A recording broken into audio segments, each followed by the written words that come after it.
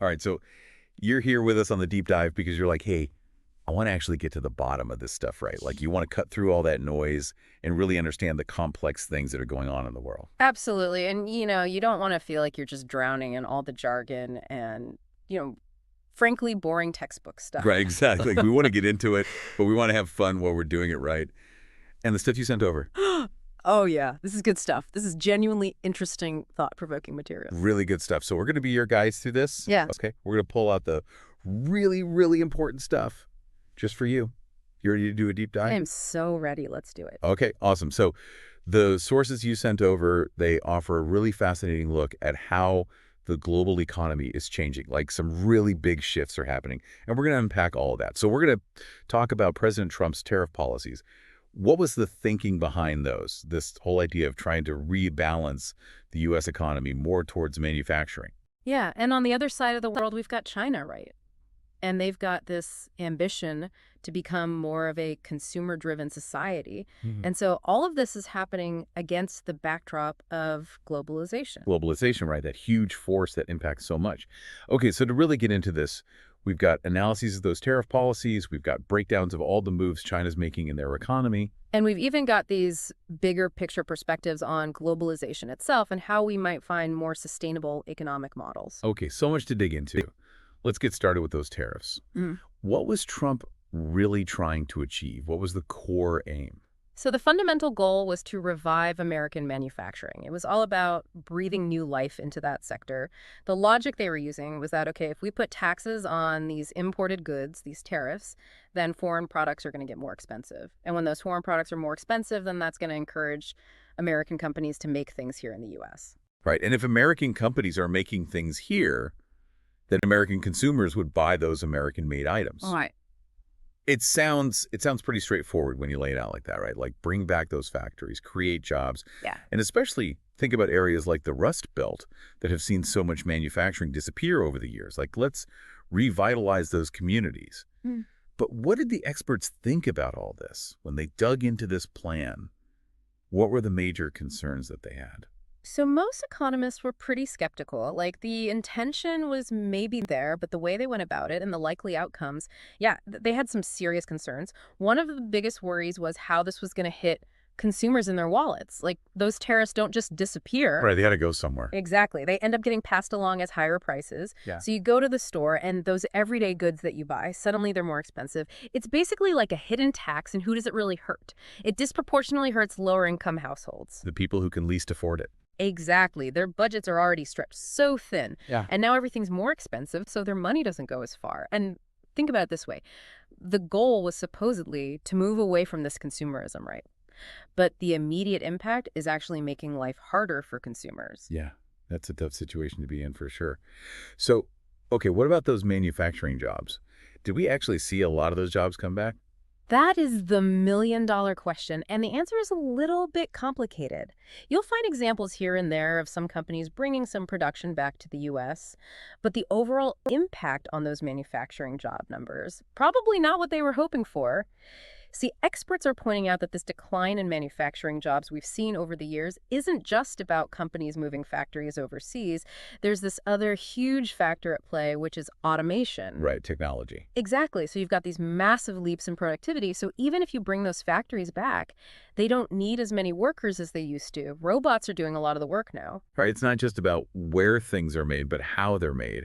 And automation has totally changed that. What were some of the other kind of economic headaches that those tariffs were causing? Well, you can imagine just this constant threat of new tariffs. The uncertainty really messed with businesses. Like one day you're importing parts and it costs you this much, and then boom, new tariffs hit, and who knows what the price will be next month. And then there's the other side of it. Like, what if other countries retaliate with their own tariffs on your products? So it's like this constant fear of not knowing what's going to happen. And that makes companies really, really hesitant to invest for the long term. Right, because they're afraid of losing money. Exactly. And so that instability, that can really slow down the whole economy. It can even increase the risk of a recession. Think about it like this. Imagine you're a business owner and you're thinking about building a new factory. That's a big investment. Huge, right. And then the government's over there like, oh, we might increase the cost of your materials next month. Or maybe we'll slap a tariff on your products when you try to sell them. Would you feel comfortable making that investment? Absolutely not. I would not. No way, right. It's too risky. And that's the kind of uncertainty that these tariffs are creating. Yeah. Shaky ground to build anything on.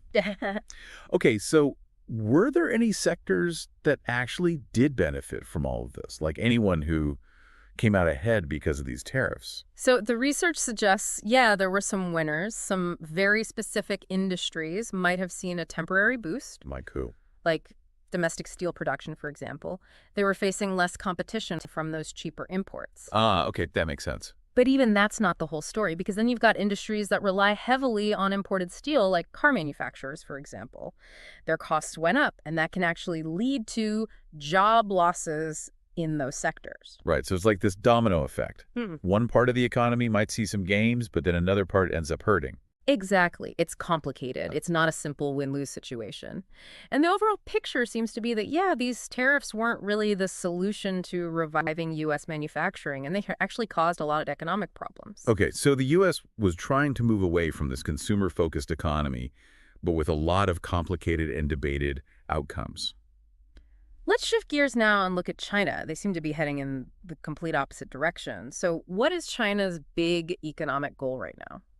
Well, for a long time, China's growth has been really driven by investment. They've been pouring money into these huge infrastructure projects and making all those goods to export to the rest of the world. Right. But now they're trying to change things up. They want to become more reliant on domestic consumption, meaning Chinese people buying more stuff. They want that to become a much bigger driver of their economy. So it's almost like a mirror image of what the U.S. was going for. So how are they trying to encourage that shift? How do you get a whole nation of people who've been focused on saving to suddenly start spending more? Yeah, that's a big challenge. So they've got these strategies in place, a few different things they're trying.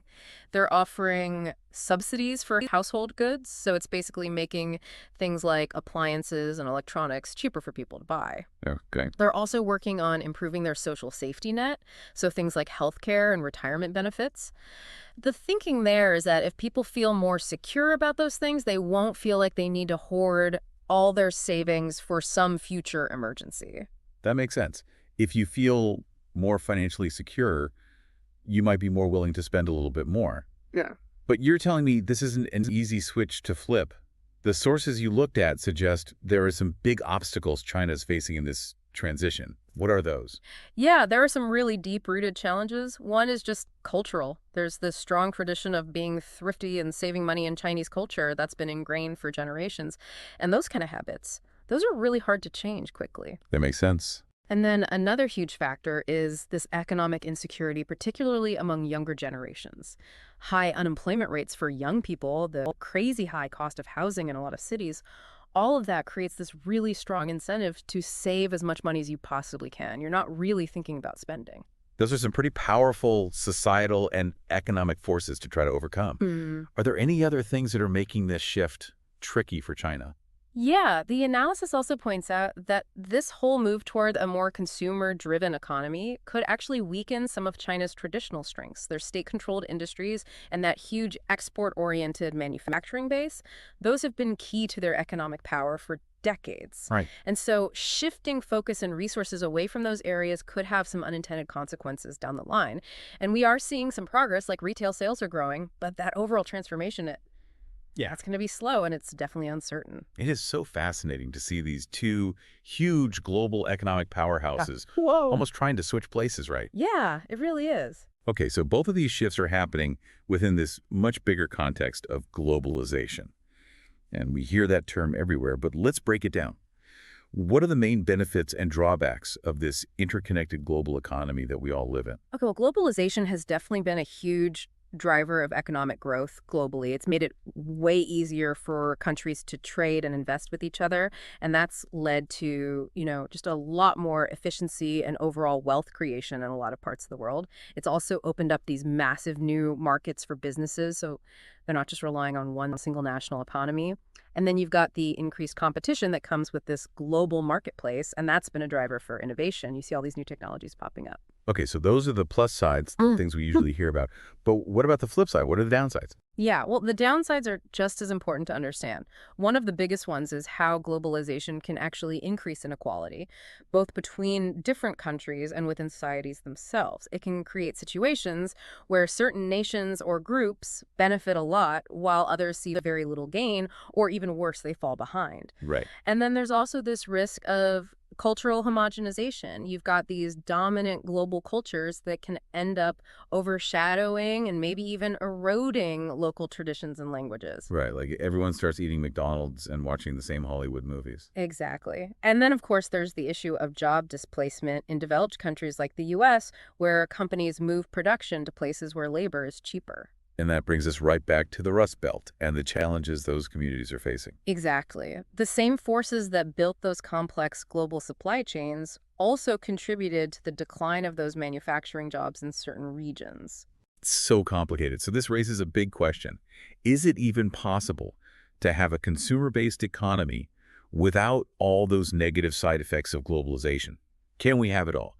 Can we have the convenience and the choices that global trade offers without the inequality and the environmental damage? Yeah, that's the big question everyone's trying to figure out. And the sources you sent actually explore some really cool ideas about how we might be able to do that, how we might lessen the negative impacts while still having this economy where people are buying stuff. Okay, so how do we do that? What are the ideas? Well, one key area is the shift towards more localized production and what's called the circular economy. Break that down for me. So instead of having these crazy long distance global supply chains, the idea is to build up more regional ones, more local ones. And a circular economy that's all about designing things to last, making them easy to fix, and ultimately making sure that they can be recycled or reused at the end of their life, instead of just ending up in a landfill. Think about companies like Patagonia or Eileen Fisher. There's starting to offer programs to resell used clothing. And that reduces the need to make brand new items, which means less waste and a lower carbon footprint. Okay, that sounds like a step in the right direction, but how do we make that the norm? It feels like most companies are still set up for mass production and global distribution. Yeah, for sure. Scaling up these localized and circular models is a big challenge. It requires a lot of investment. You got to build up those regional manufacturing capabilities. You need the infrastructure for repairs and recycling. And it also requires consumers to think differently. We have to be more willing to choose durable, sustainable products, even if they cost a bit more, or even if we don't always have the absolute newest thing. Right, that's a big shift. What about some of the other ideas that we were talking about, like those sharing economies and that concept of experiential consumption? Yeah, those can definitely play a role. So we've got these platforms popping up that are all about access over ownership, like Airbnb for travel or Rent the Runway for clothes. So instead of everyone owning things that they might only use once in a while, people can share those resources and be more efficient. Okay, I see where you're going with this. And then there's this cultural shift towards valuing experiences more than material possessions. Like, instead of always wanting to buy the newest phone or whatever, maybe people start prioritizing things like travel concerts, learning new skills. And naturally, if you're focused on experiences, you're going to buy less stuff. Makes sense. But it's important to note that even these models can have their own environmental or social impacts, like all those people traveling with Airbnb. That still creates a carbon footprint. Okay, so no easy answers there either. What about governments? What role can they play in all of this? Governments are going to be crucial. They've got all these policy tools they can use to kind of steer things in the right direction, like carbon pricing mechanisms, where companies have to pay based on how much carbon they're emitting. And that incentivizes them to find cleaner ways to produce their products. Okay. And then there's sustainable procurement policies where governments themselves choose to buy environmentally friendly goods and services. And subsidies can help to speed up the development and adoption of green technologies.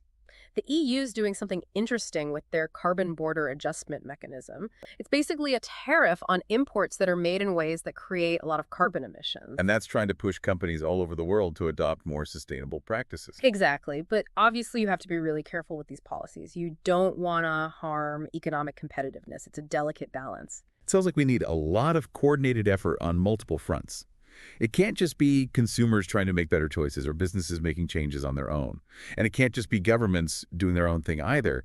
What about the values that kind of drive all of this? Like the reason why we consume the way we do, does that need to change too? A lot of people argue that, yeah, a fundamental cultural shift is really necessary. We have to move away from this constant need for more stuff, this consumerism. We have to start prioritizing things like community well-being experiences and just having enough. And, there's research that shows that focusing on experiences can actually make you happier than just accumulating more stuff. Interesting.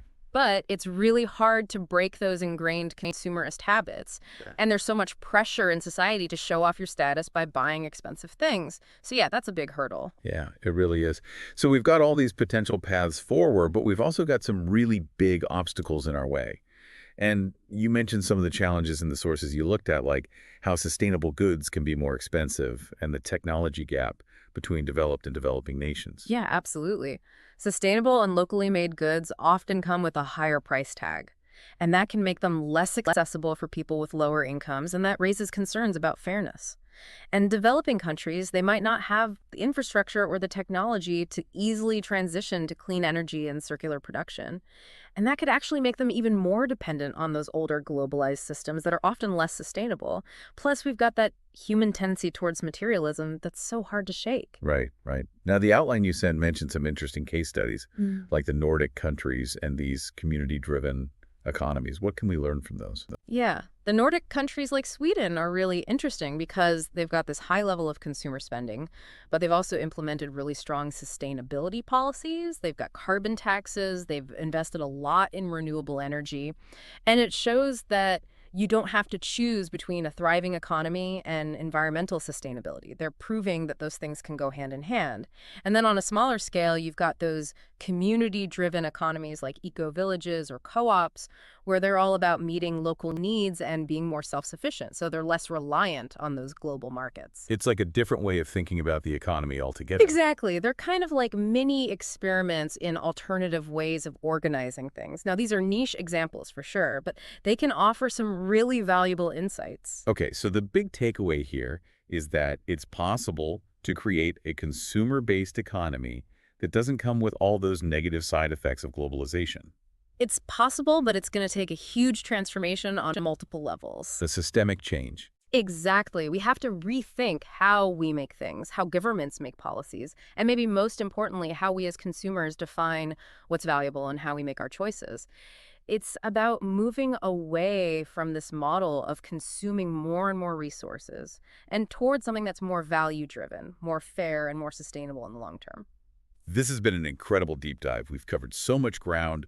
We talked about the intended and a lot of those unintended consequences of Trump's tariff policies. The challenges China's facing in trying to reshape their whole economy, the good and the bad that come with globalization and some potential paths towards a more sustainable future. It's clear that we need to really reassess our current economic models in a big way. I totally agree. And the sources you sent really highlight this point that if we want to reduce the harm caused by globalization in a world where people are still buying a lot of stuff, we need big changes, not just in how we make things, but in the policies that shape our economies, and maybe even more importantly, in our own behaviors and values as consumers. So much to think about. What about you listening right now? What's the one change that you think would make the biggest difference in policy or technology or even just in your own life? What would have the most impact on creating that more sustainable and equitable economy? It's something to really think about. Thanks for joining us on the deep dive. Thanks for having me. This was awesome.